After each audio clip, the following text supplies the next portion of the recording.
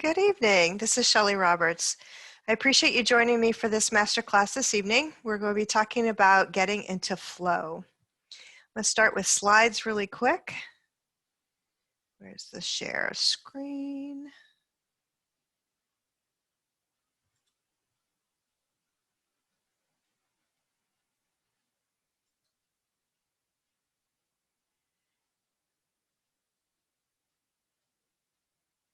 Share and my slides. Okay, these are to keep me on track. So in the summit, one of the things that I heard over and over is I've been in flow, I felt the flow, and I'm very interested in getting back into flow. I feel like I've lost my magic. So one of the things that I wanted to address is for those who aren't aware of the flow magic that you can step into for living into your most empowered life in ease and grace and confidence. Wanted to touch on that for those who aren't aware of it, and then also go into, for those who felt like they have lost it, how you get back into the flow and how you are able to maintain it over time. So that is what we are going to be talking about. And welcome. So glad you're here. A lot of people do not take the inspired action that they need to in order to live into their big dreams. A lot of times people get overwhelmed with their big dreams and what it would take to achieve them, or what they perceive it would take to achieve them. And so I want to congratulate you on taking this step. It's huge to be open to taking inspired steps towards your big goals and lofty achievements. And it can be scary. And so today we're going to talk about how to step into ease and grace and flow so that you can move into the flow of the universe so that it can be buoyantly moving you along and achieving your goals and objectives. It's an amazing place to be. And I'm very excited to be here telling you how to step into that place. So let's get started. Let me start with explaining what I believe flow to be. This is somewhat based on science, somewhat based on spirituality concepts, and is my interpretation of it from years of experience in being on the spiritual journey, but also having experienced the nature of this myself. So this is my interpretation. And I will tell you that if the universe had a heartbeat, it would be flow. If you believe that the nature of the universe is everything is energy, this is scientifically demonstrated. I think of the universe as a huge field of conscious potentiality. It's laying in wait to become manifest into form. And the way that happens is through intention and motion. So flow is once you've established that motion, literally the universe starts to move things into your pathway that helps you to achieve your objectives. Of course, there are a great deal of complexities to this that are beyond our comprehension, but there's also the potentiality that enables the universe to help us to achieve a level of accomplishment and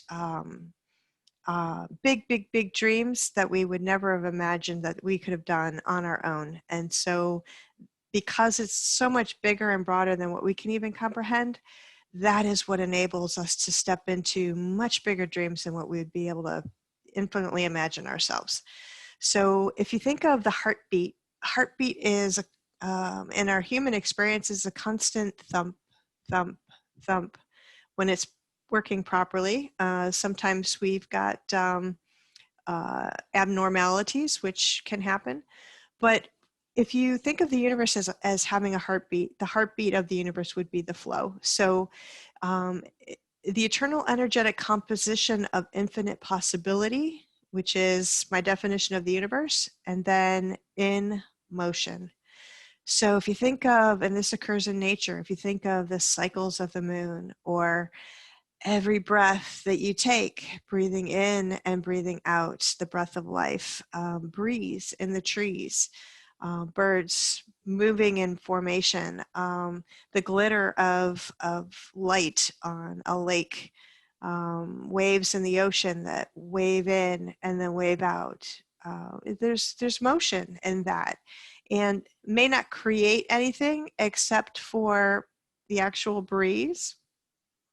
But we're talking about, because we're conscious and cognizant individuals, we're talking about putting intention on it so that the universe becomes shape and form. And we'll get into that in a second. But this flow is also you pursuing your interests, your desires, and your joy. The commonalities of this is that it's energy and motion, and every single part of it has a rhythm and a frequency and a pace, and it just is what it is. There's no judgment, there's no angst, there's no fear, there's no anything. It just is. The breeze in the trees is not worried about whether or not it's knocking a petal off of a flower. It's just a breeze in the trees. So it is what it is, and it is the field of infinite possibility, but moving in motion. And typically this motion is moving into some kind of a form. So why do we even care about moving into this flow and this universal field of potentiality? Well, because it's incredibly uplifting. Imagine wanting to jump out of bed on Monday morning. Not all of us are there, are we? And then having a day that's filled with the joy and the buoyancy and excitement and maybe a sense of adventure. And I get to do all these great things, and I get to be with these amazing people, and I get to have the things that bring that additional joy into my life in some way and have impact in ways that help the earth and help people on it, the creatures of it. When you're in this place, resources and synchronicities just show up to support you. Doors open, solutions suddenly present themselves. You have your answer. It comes straight in from a download or just an intuitive knowing. I mean, literally, it's right there in front of you, and there's no doubt in your mind. This is the direction that you need to go or the step that you need to take. You experience ease and grace, creativity, innovation. Things that you hadn't imagined before suddenly show up, and dots connect in ways that you hadn't previously considered. And then knowing the universe is your partner in life and in your endeavors is an incredible place of consciousness to be, because all of a sudden you have trust and you're no longer a victim. You're literally co-partnered with this infinite field of potentiality. And all of a sudden, in that place, you're able to become a vessel of forward momentum in ways that you'd never imagined. So with the universe clearing your way and moving the obstacles out of your path, what more could possibly be possible? Definitely beyond our even ability to imagine, for sure. And if you could step into that place and live your life there, can you even imagine where you would want to be and what that feels? Do you think that you could even do it? I didn't, until I put into practice for myself and completely turned my whole life around. And I also believe that I catalyzed my daughter to do so as well. And one of the things that I want to give you an example is what my story is, and what turned me around and made me awaken to this incredible power that the universe holds for us, in the creating and the experiencing of our life and our experience here on earth. So I wanted to tell you the story of my holding a vision for my daughter in her dark night of the soul. A little bit of background information. We both had very traumatic interrelationship with her father, my ex-husband, and we're dealing with the narcissistic behaviors, and if you're not familiar, it's incredibly disempowering, but it's also it sets you off kilter, because constant criticism and never being able to do the right thing, because you think you hit the bar and then the bar shifts, with a lot of criticism for not meeting the bar. A lot of disempowering language. I mean, it's hugely emotionally and mentally abusive, and this one was particularly bad. So as she was growing up in this environment, it got worse and worse. And as she hit her teen years, and I believe that she's also highly empathic, and we didn't even know it. So she's absorbing all of this angst energy in her teen years and then turning it into and this ungrounded self-hatred that he had instilled in her, um, literally turned it into self-destructive behavior, too much drinking, not knowing how to cope, just a whole lot of self-harming, a lot of self-destructive behavior. And then as she grew up, literally ended up in a mental hospital after having a mental break from pushing way too hard and abusing, I think, alcohol and possibly a bad drug mixture at the time, and ended up literally found herself in jail in this mental breakdown. Went missing one evening, and I was panicked. I couldn't find her. I hadn't heard from her. Nobody knew where she was. And finally, I called the police, and it turns out that she's landed in jail. When I went to try and visit her, that was not my daughter behind those bars. So that was very, very hard.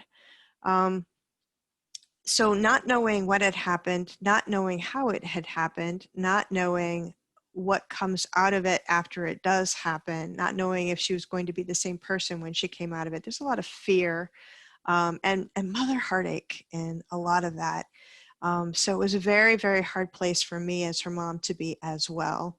Not knowing how we could have prevented it, not knowing, it's just a lot of emotional challenge there. Um, so one of the things in all of this circumstance, literally a month and a half in jail, not knowing who I was, not necessarily acknowledging visitors.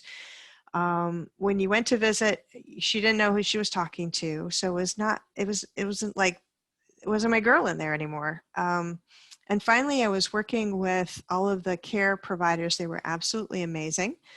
In the place where she was, and helped me to guide her into the jail's facility mental ward so that she could actually move into recovery.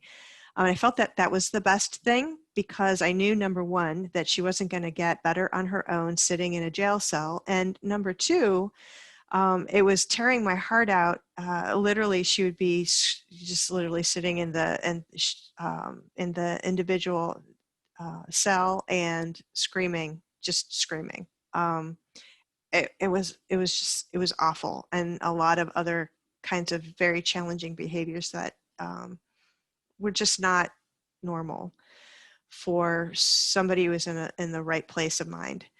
I didn't know what to expect. I had not ever experienced this. I didn't know what she was going to be like when she got out. I had confidence that when the ward told me that they see this all the time and that they're able to bring people back into the chemical alignment that their brains need in order to function more normally. But I didn't want things to go back the way they were either. And so I'm in this place of what I don't want, and a lot of fear and a lot of worry, and just really didn't want to have this in my future again.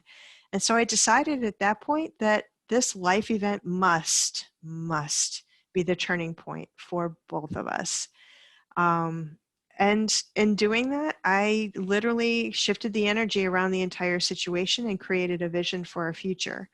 The beautiful thing is that it became our future and continues to do so in bigger and broader ways than what we could ever have imagined. I can tell you how I created a vision for our future. I'll get a little bit into that, but I want to reinforce this idea a minute. If you think of the chair that you're sitting in, it had to have been created from somebody's mind of an idea of, this stool that I'm sitting on, or this rock that I'm sitting on, I really feel like I need something to lean back on. What if I put something behind this that I could lean back on so that I had some back support now in this seat that I have? It starts with an idea, right? And then that idea turns into, well, I'm going to try it this way. Well, maybe this way. Gee, this rock is kind of hard. I wonder if there's something soft that I can put on it. And then it evolves from there. So everything is created twice. You might have heard this before. Everything is created twice. First is created here, in an idea or a concept. And then from there, you create a thought form. Here are the specifics around it. And then from there, you can create it into something specific, and it becomes real. It becomes manifest. It becomes part of your existence in physical form. And that's incredibly powerful, because everything that you think of, thoughts can become things. So even when you don't intend for them to become things, and this is a very powerful idea. So part of this is recognizing that your thoughts can become things. Then you need to focus your thoughts on what you do want. And that is exactly what this vision of our future was. So the short answer, or the short definition of how to do it, is you click the power button and the energy starts to flow. So you got my power button on this slide. Literally, the power button is this vision and this energetic space that you are holding. So you have to believe that this could come true, even through the fear, even through the challenges, even through the uncertainty of not knowing what the outcome is going to be. You have to release all of that and hold on to the things that you do want. In order to do that, you have to connect to your inner divine flow. So that faith and that confidence and that certainty that what you want is the right thing for all and the highest good of all the parties. And then your inner divine starts to move things into place to help you. Part of this, as you navigate a circumstance or situation, is to check in regularly with your divine, inner divine. Check in regularly with your intuition and guides. Be open to the intuitive hits that you get, the downloads that you get, the signs that are presented to you is very important, because that's an energetic communication. That's how the universe communicates with us. And then decide, and then take the inspired action that you need to, even if it's fearful, even if it's uncomfortable. You have to decide to be committed to taking that desired action. So clicking on the power button is the connection to your inner divine. Your inner divine is you, your soul, your spirit, the essence of who you are, and it's eternal. So it's who you've always been. And in this instance of your lifetime, you are creating an experience for yourself with the universe, whether you're conscious of that or not. So again, your thoughts become things. When you connect to your inner divine, it could be done in a million different ways. Doing it the way that makes sense for you, that you're comfortable with. Literally, it could be journaling, having a gratitude journal. Literally, it could be practicing connecting with your guides and having a dialogue. It could be developing your intuitive muscle in whatever way that looks like for you. For me, it was tarot cards. For me, it was a morning meditation. For me, it was having conversations with my angels and guides. And so the other part of it too is setting the tone for your day on a daily basis. So you want to be in a high vibe.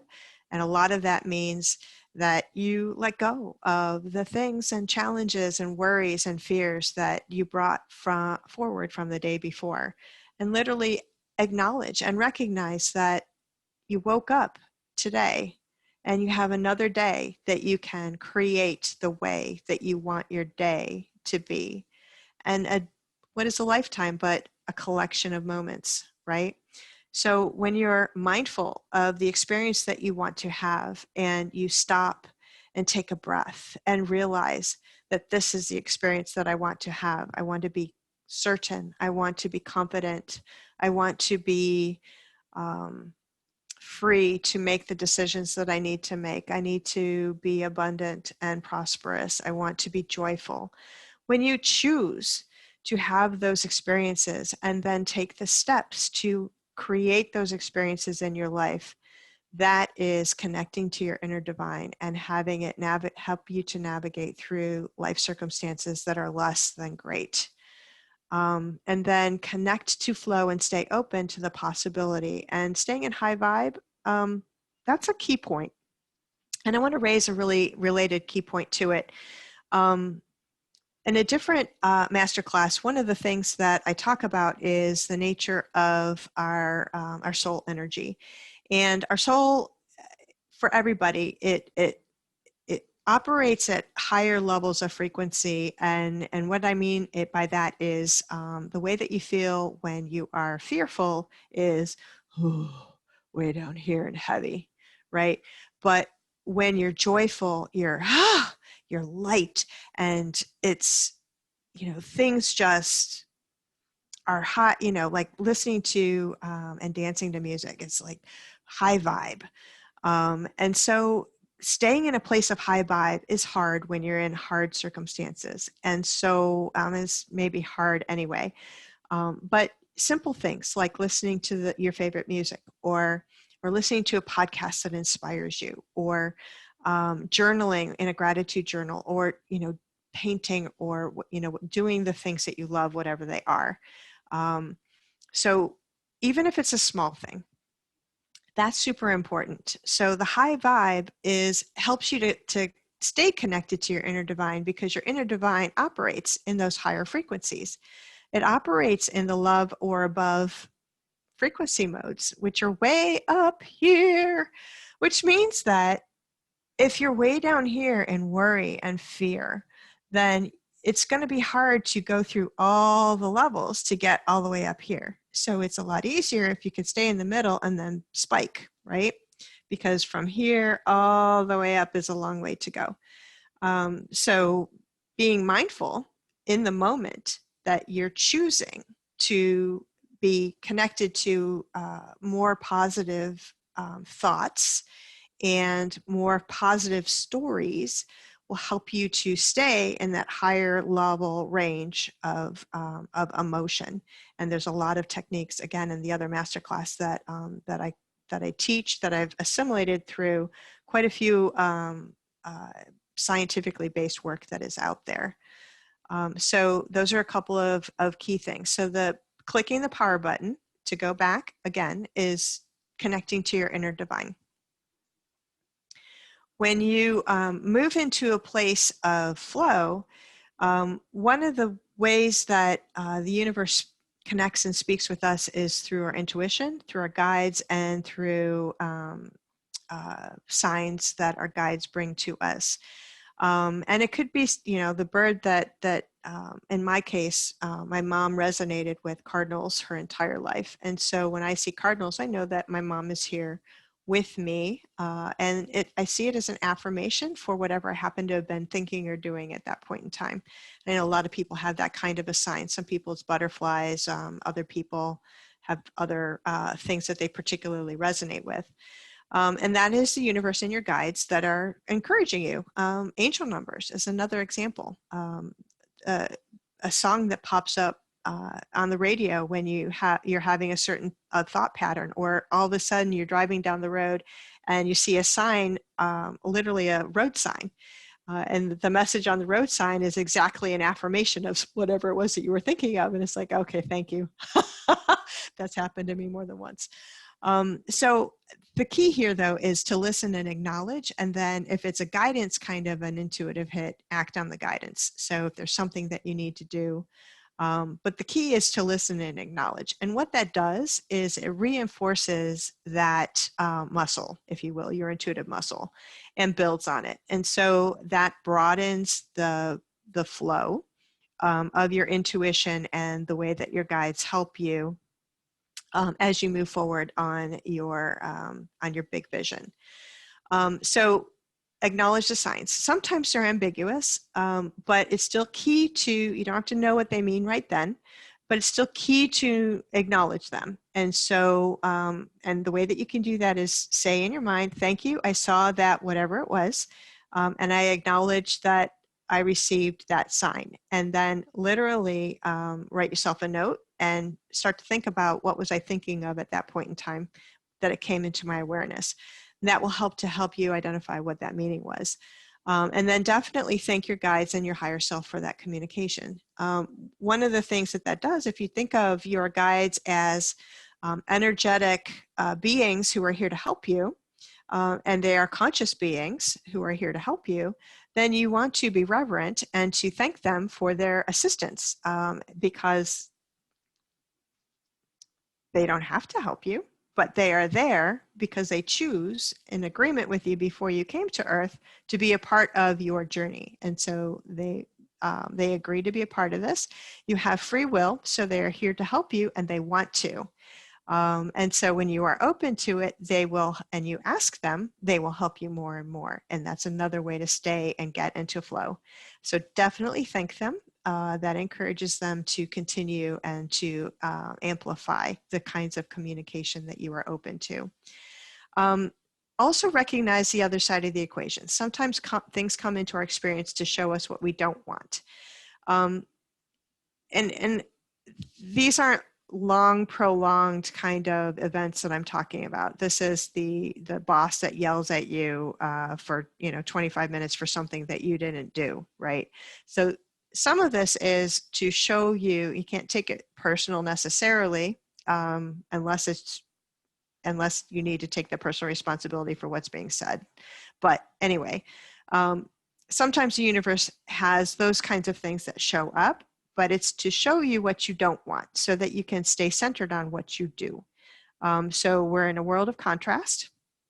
And so acknowledging that, instead of going into victim mode, acknowledging that some of these things are here to show us what we don't want, and recognizing those instances as well, and then thanking the universe for showing us and helping us to gain clarity on what we don't want, so that we can then move into more consciously the place of what we do want. And then the third part of this is decide and take inspired action. The action is the motion. So the decision sets the intention, which plants the seed, and then the inspired action brings the water and the soil and the fertile aspects of things that then can help that seed to grow. This is important. So the action becomes the momentum, and it could be a small action. It could be a all-in leap. It doesn't matter. The action is the action. It could be picking up the phone and calling that person that has been in the back of your mind for a long time now and just saying hi. It could be something as small as sending an email thanking somebody for something that they had done or provided. Whatever it is, that counts. And then if it's in alignment with this big goal or vision or objective that you have for your life, then you keep taking them, the small inspired actions, as you move down the path to your broader vision of life, and that staying committed to that broader vision, but not necessarily committed to the steps that you're taking to achieve it, and not necessarily holding on to the outcome. So there's some art to this, but the two key points here are decide, because that sets the intention, and then take the inspired action that starts the ball rolling. And then once you're in flow, it's a lot easier to keep the ball rolling, right? But the first thing is to move past those barriers, the resistance, the fear, the worry, the doubt, all of those things. So the first thing is connect to your flow through centering in, pushing the power button, which is connecting in with your divine guidance and your higher self intuition. The next step is to connect in with your guidance system, which is your guides, and then your higher self. And then also the third part is to decide and commit, set your intention, and then take your inspired action to move forward. And that momentum in the flow is what starts the ball rolling, and then the flow helps to keep it rolling. So that's a lot of info. So what's next for you? In all of this, probably some of it has hit, and some of it you're kind of like, I don't know about that. And all of that is good. But for you, what are your next steps? Do you need to connect to your inner divine to push that power button and get the energy going?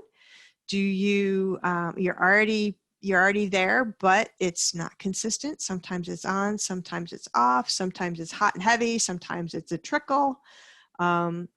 Maybe you're not getting the signs that you were expecting to see. And that may be a case of not recognizing the signs that are coming or not having an openness to receive them. So there could be a whole lot of things there.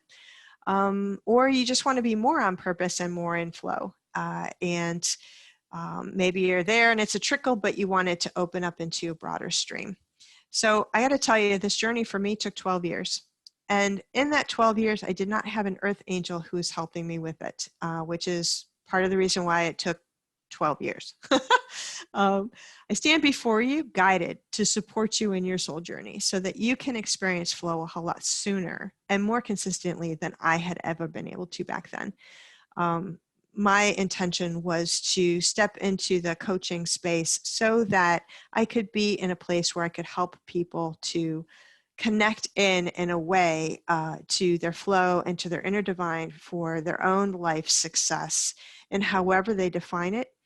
Because for me, I didn't have that support and I was in a very bad, dark place. And it was a very long time that I was there. So without that support and without having that, that understanding, it literally took me that long to move into that place. And so I am here to help accelerate other people's experiences so that they don't have to be in that mental, emotional jail that I was in for so long. So with that, I wanted to provide an invitation.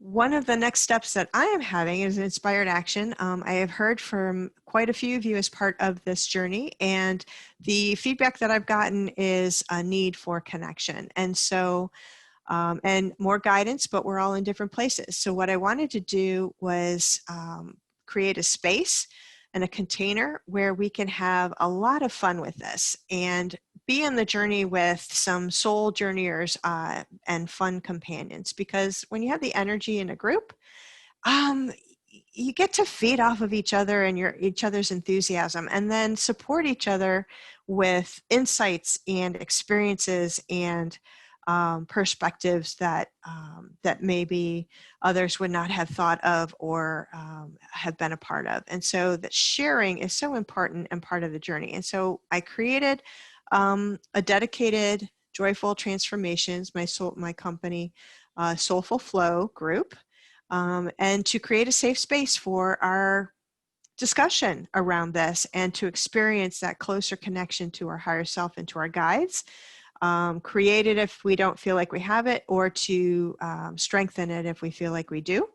To provide a place where we can discover and get better connected to what is our soul purpose and path. I actually hold workshops on that subject.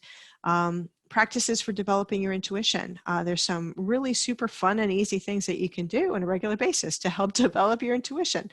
It's kind of fun. And then discovering your own unique magic mojo. I say that because we're all a spark of the divine. And as that spark of the divine, we each have that part of the whole source, God, whatever you call it. We all have a part of that inside of us. And so we're like a raindrop in the ocean. We're all part of that broader energetic field of infinite inform manifest.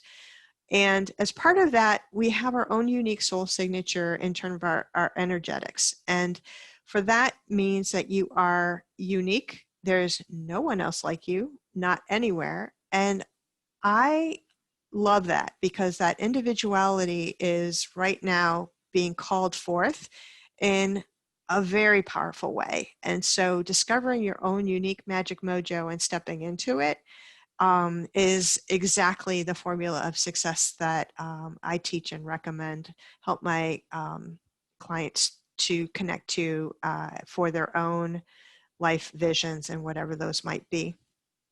So part of this is to connect, and collaborate with like-minded soul journeyers in a safe space where we can share our experiences, our inspiration, our synchronicities to help us recognize our own unique magic mojo, to help us recognize how we're on path and how we're not.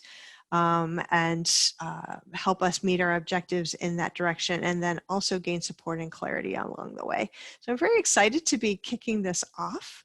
And holding forth a way for people to explore their path and purpose in different ways. So more freebies, more coaching, more insights, shared experiences, lots of fun. We're kicking things off with a Get Into Flow workshop, and I'd love for you to join the conversation today. We'll be talking about getting and staying in high vibe, getting and staying in flow, expanding our awareness and intuition, and providing each other support in our journey, and much, much more. So the link is here. I will provide it in other ways as well on the email that announces this this particular masterclass. And with that, let's get into flow. The most successful people have a vision for their life. People have a vision and an understanding of their soul purpose with a spiritual connection to their inner guidance. Push that power button. Are on fire and fulfilled, living a life beyond what they can even imagine. So remember, you're in flow and you push that power button. You listen to the guides to help you navigate, and you decide and show up to take that inspired action. So take this inspired action and let's get into flow. I look forward to hearing about your adventure and your unique magic mojo in Soulful Flow Facebook group. See you soon.